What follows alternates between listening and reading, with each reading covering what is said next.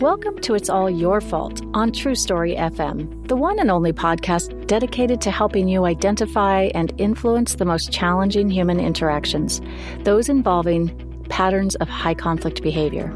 I'm Megan Hunter, and I'm here with my co-host, Bill Eddy. Hi, everybody. We are the co-founders of the High Conflict Institute in San Diego, California, where we focus on training, consulting, and educational programs and methods, all to do with high conflict. So welcome back. It's 2024, our first episode of the new season. And in this episode, we're going to talk about something that people struggle with a lot. And I have to admit, I even struggle with this when I'm teaching about setting limits. And that's the topic, setting limits in high conflict situations. But first, a couple of notes. Send your high conflict related questions to podcast@highconflictinstitute.com or on our website at highconflictinstitute.com/podcast, where you'll also find all the show notes and links. All right, so let's get right to it, Bill. We've gone through some holidays recently. We're into a new year. We all want to think that, new year, everything's going to be fresh, everyone's going to get along. And then the reality sets in that some of the same hard things are happening, and we're maybe falling into some of the same old patterns that we had in the past. And one of those seems to be how to set limits in high conflict situations.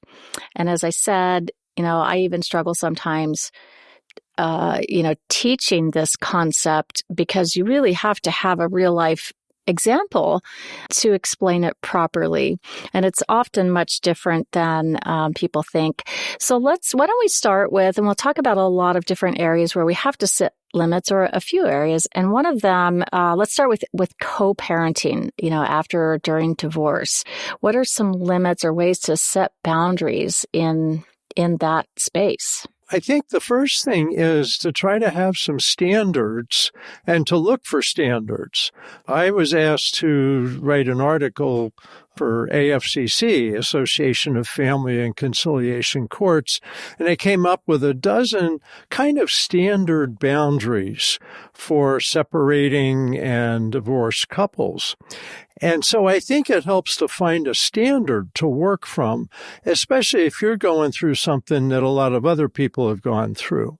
And of course, the beginning of the year is when a lot of people figure out, well, we're probably going to have to separate and get divorced for the sake of ourselves, for the sake of the kids, for the sake of peace, for the sake of whatever's happened that people feel like they need to put some more space between them and their partner, who was a former partner but continues to be a co-parent. So I would start with finding out what are some good standards and then communicating about those.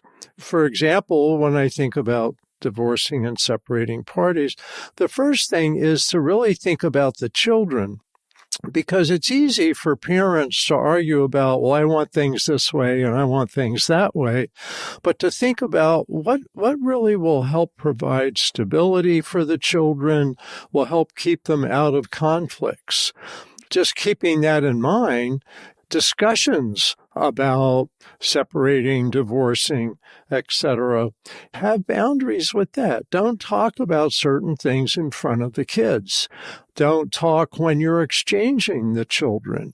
But it's good to kind of agree on those and then follow through. So let's say you're exchanging the kids and one of you starts saying, the child support check was late last week and you need to really put that in your calendar to get it to me on time. And the other person goes, shh, don't talk about that. Remember, we're not supposed to talk in front of the kids about that stuff. And then the other person, oh, you're right. All right, let's save that. And then do that themselves, either through email or a phone call or whatever. So either parent can catch and say, wait, we're not supposed to talk about this right now, and have an agreement that as soon as someone reminds you of that you'll both stop the conversation. So I think setting boundaries in many different areas, I've got a dozen different areas here for separating co-parents, but I think one of the most important is protecting the children in your decisions and also in your discussions. Yeah, so I'm looking at this article you've written, and you have 12 tips here. And the first one is, it's all about the children. And it is. And so I think, when that conversation comes up about the child support, I didn't get the child support check. Oh, I don't think we should talk about this in front of the children. There's your limit, right? You're setting that limit, telling them what I'm not going to do. I'm not going to talk about this in front of the children. And then the other person continues to talk about it. I think that's where people get stuck a lot. So what do you do then? Then you can't control the other person's it's not going to help to say, look, shut up about the check. I'll get it on time. I'll talk to you later. Don't tell the other person what to do. Say what I'm going to do. Okay, then I'm going to need to stop the conversation. So I'm going to go. I've got the kids. Head to the car and take off. So what I'm going to do is what's so important. That's the thing you have control over and you can implement, because people get so frustrated. They try to make other people change. You can't control other people. You may be able to influence them, and setting a limit hopefully will influence them. But if it doesn't, then you pull the plug on your part of the conversation and walk away or hang up or whatever you need to do. That's what you have control over. So then let me throw one more arrow in this. Let's say there may be a fear of maybe some domestic violence there, or there may be actual, it may have happened in the past or may not have, but you're afraid that it could. And so at that point, just walking away, I think a lot of people either, capitulate there, or they just, they give in some way, or they're afraid to set that limit. So how do we set a limit in that context of fear? If that fear is there, you may need a whole bigger limit on the whole relationship. So that's where you talk to a lawyer about restraining orders. And in family law and separation and divorce, there's some standard restraining orders when there's a need and a judge has to order this, but that they stay 100 yards away from each other physically, that they don't have direct contact with each other. They have to go through lawyers. So those kinds of things. If there's really a fear, that's often what needs to be done. And a huge part of family court decisions these days are about restraining orders. So if someone has fear, they can go and seek a restraining order. And if they have recent incidents or recent threats, generally they'll be able to get those kind of restraining orders. So that's a big, big limit.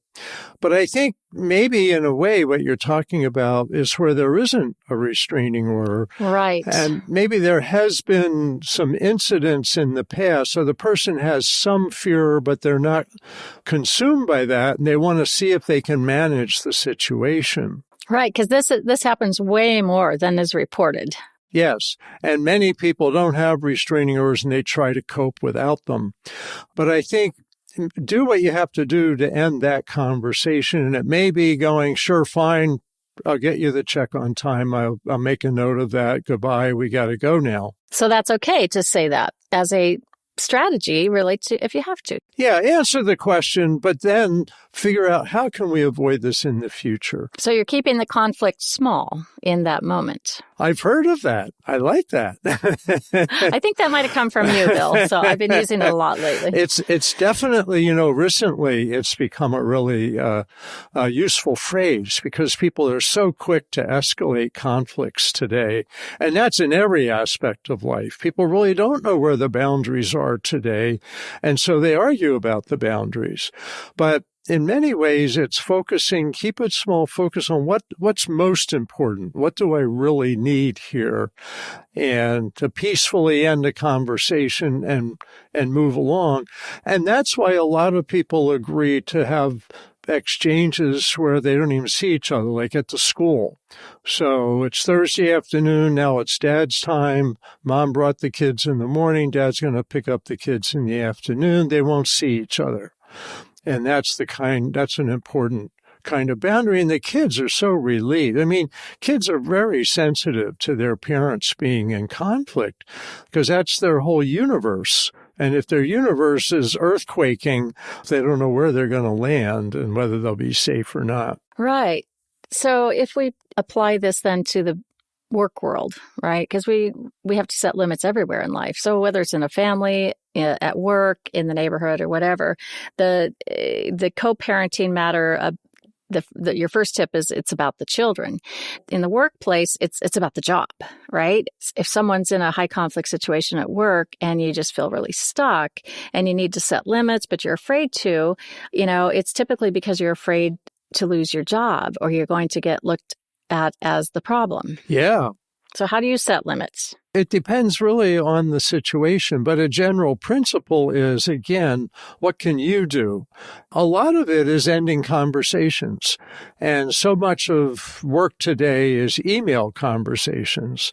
And that's where I would recommend using our BIF method, because BIF is brief, informative, friendly, and firm, and it saves a lot of time and stress.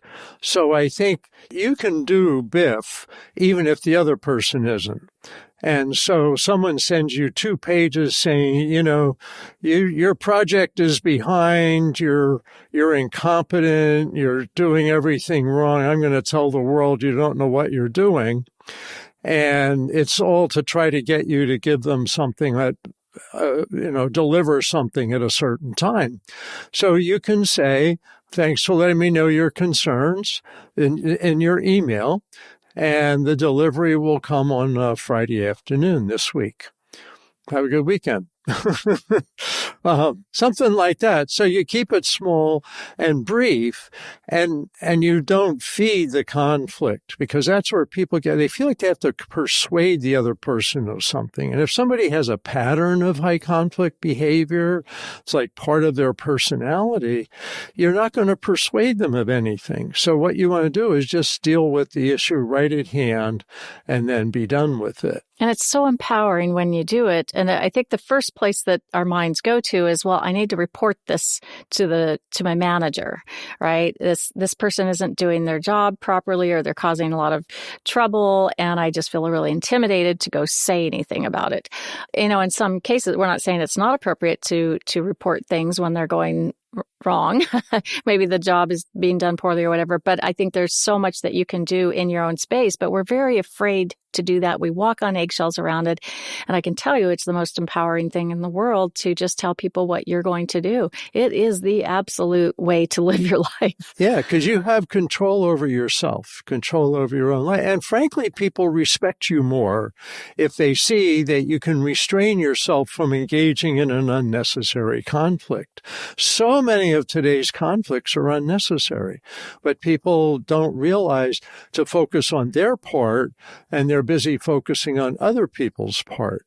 And of course, that's where I'll put in one of my digs, that I think modern media has a lot of finger pointing, and people think, oh, that's what you're supposed to do. You're supposed to call people out, and you're supposed to point out their error in their ways. Well, that's entertainment. That's drama. Real life, that really doesn't work that well. And you got to go, okay, I'm going to end this conversation and take care of myself. And the problem's solved. Now you can move on to doing something else. Now, there are times when you need to go to somebody, to higher ups, go to human resources, report bullying or harassment. But you have to choose your battles, decide, is this at the level where I need to go to do this? Or is this something that I can just manage on my own? So that's another saying, we're talking about keep the conflict small. Another is choose your battles. I think over the years, we've developed a lot of these little sayings, and I have to tell you, they just keep popping into my mind because they're simple and easy to say. And it reminds me, when I worked in chemical dependency treatment, and AA and NA had all these sayings, one day at a time, keep it simple, stuff like that.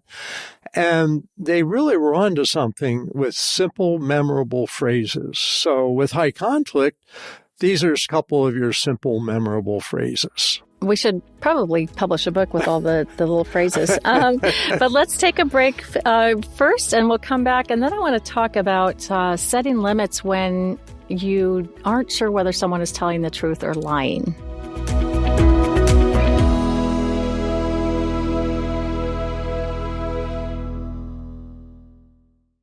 Okay, we're back, and we're going to talk about setting limits when you're not sure whether maybe an allegation is true or false, or someone's lying to you or not. And, we see this happening in families. We see it everywhere. And I want to mention here, too, that because setting limits is a little bit opposite of what we're used to doing, or a lot opposite, it does take some practice, and that's why we have the Live Lab through our website, where we do one-on-one or one-to-group coaching on how to learn to set limits in your particular situation until you get really practiced at it. So that's available. Anyway, let's get back to lying. So let's say, Bill, that someone, in your life is, they're saying things to you and you're just not sure if it's truthful or not. I think most people are a little bit afraid to just get stuck and don't know what to say. And because we don't want to accuse someone of lying. So do we reality test? If so, how do we do that? Do we outright tell someone not to, that we think they're lying? How do we set that limit? Well, I think there's a range of possibilities here depending on your relationship with the person. As a lawyer, I've had people say this. Well, you don't know how to do the child support calculations. You don't understand that program or something. So let's say somebody says that. So I'm thinking, well, now I'm upset with Joe. And then I think, well, wait a minute, Joe might not have ever said that. It may be a lie. The person talking to me is telling me Joe told them that to get me upset with Joe. And so this is not totally uncommon. That's very, very common. And that's exactly where I was going with this question. Yeah. So depending if that's a stranger, I might tell myself. Now, remember, you have to have 3 theories whenever somebody tells you somebody else is acting badly. So if they're telling me Joe is saying this, then I have to consider, well, maybe Joe is saying this. Then I have to consider maybe Joe's not saying this at all. He's totally innocent, and the person talking to me is lying. And the third possibility is maybe there's something vague here, that maybe Joe did imply something or said something that's a little bit inaccurate or out of bounds. So there's a possibility both people are doing something. So that's the 3 theories. On that third piece, it could be, what I've seen is 2 completely different perceptions about the same thing, and they're accusing each other of lying or, that, and it can go down a bad path. You may have the same phrase and 2 people interpret it differently. Like one person said, I said that as a joke. That's ridiculous. I didn't say that seriously. And the other person may have said, well, I totally took it seriously. So that's that kind of gray area where there may be contributions by both people. So it may be one, maybe the other, maybe somewhat both. And I believe now, and I'm just really reinforcing this, that you got to have these 3 theories when people tell you somebody's acting badly. We see this so much. I see this a lot in family court, where there's probably more lying than any other place in the world. And figuring out who's telling the truth and who's lying isn't obvious on the surface. You got to dig deeper. And so it really helps to have these 3 theories so that you don't get stuck in, I've got to argue or yell at this person, is first telling yourself. So actually, this is my first option. The second is telling the person something, but not confronting them. So saying, that's surprising that Joe would say that, since I've been doing child support calculations for 30 years. That's like information. That's a brief, informative, friendly, and firm information. So that you don't get an argument about it, you just state the reality from your point of view. And another level might be saying, well, this is a problem because I really doubt that Joe would have said that. And I'm not sure why you're saying what you're saying. But you have to have a relationship. Maybe this is a family member. Maybe this is your brother or sister. And you say, whoa, wait a minute. I really don't think Joe would say that. Are you sure? What was his exact words? Let's call up Joe and just straighten this out right now. So I think you have at least three options. One is just run it through your own brain so you don't get real upset about it, that it could be true, might not be true, and might be fuzzy. And then to say, I doubt that, and here's some information you may not have. And then the third would be to confront it. But you got to have a good relationship for that to be productive. Like if you tell someone, hey, you need to own this, right? It's common terminology these days. Own your stuff. You didn't own it. And so if you say to someone, you really need to own, shore up to your responsibility, take accountability here. It really does depend on the level of your relationship, because you say that to someone at work who, you don't have that level of bond or relationship. It's probably going to make you the target of blame, right? And it's really hard to get unwound from that. And becoming a target of blame often happens when you emotionally react and it looks inappropriate. And so if you think someone's lying to you, is figure out one of these three responses. But I think it's important not to get real emotional about it, because then you look like you're the jerk. You're the person who's out of control. And maybe it looks like you're defensive because it's true. And when you get defensive with somebody from the outside, it looks like you're defending against reality. And so, see, you're so upset because I'm right. Yeah, that's such a tricky area. And, I know I've overreacted when I've been, kind of just finally had it, right? And you just kind of emotionally respond. And I've seen it go two ways. One, the other people around you that, if there are other people, they're like silently clapping. Yeah. Wow, somebody's standing up to this person finally.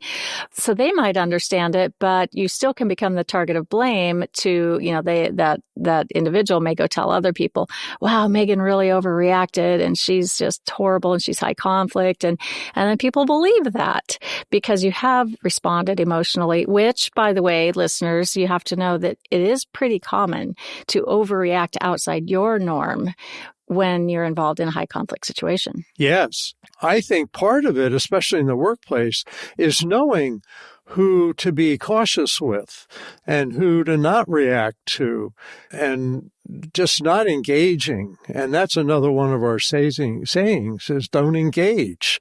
Because when you engage with someone with a pattern of high conflict behavior, it's like quicksand. You can't get yourself out because they're not going to stop themselves. And if you don't stop yourself, it just escalates downward.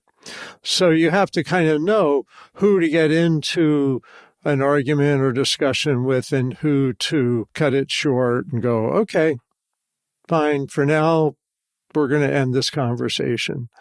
It's partly figuring out what other people's patterns of behavior are, or personalities. I mean, that's what a personality is a pattern of behavior.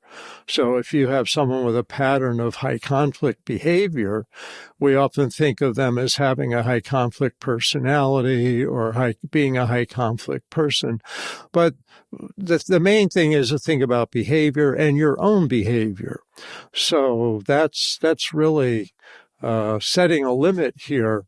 And doing your own research. Is something true or isn't it? If this person tells me Joe said this, you can bet I'm going to be talking to Joe and say, hey, Joe, I'm not sure about this, but somebody told me you said, I don't know how to calculate child support numbers. And do you remember saying something like that? And Joe says, oh, you know what? I didn't say that about you, but I said, I don't know if you have the new program for this year because they've updated the program. So I don't know if you're familiar with the new child support guideline program. Oh, so you said that, and maybe they interpreted that as you saying, I don't know what I'm doing. So that might be that third scenario where it's kind of muddy because somebody did say something, but it's been misinterpreted. But within yourself, if we're talking about setting limits, is you've got to set limits on how upset you get about these things without getting more information. Just staying matter of fact and keeping an open mind and really sticking to the structure of the three theories of the matter of the, and always challenging your own brain and which will influence your own behaviors and how you respond. Yes. Let me add something there that's important I've been saying a lot lately, and that is I don't trust what anybody tells me to be 100% true, even myself, because I never know my own brain is playing tricks on me. Our brain is very efficient and jumps to a lot of conclusions, which gets us through life. You couldn't possibly think in depth about everything, so you jump to conclusions about a lot of stuff. We can't just assume that all the thoughts we have are accurate. So I don't believe anybody more than 95%. And to me, that means it's worth checking things out and checking ourselves, besides checking out what other people say. Nice. All right. Well, we only made it through one example of the 12 tips. We'll come back to those in other podcasts. But the article, for those who would like to read it, Top 12 Tips for Co-Parent Boundaries, written by Bill Eddy for the AFCC newsletter, will be in the show notes and links, along with a link to the live lab and some other articles and things.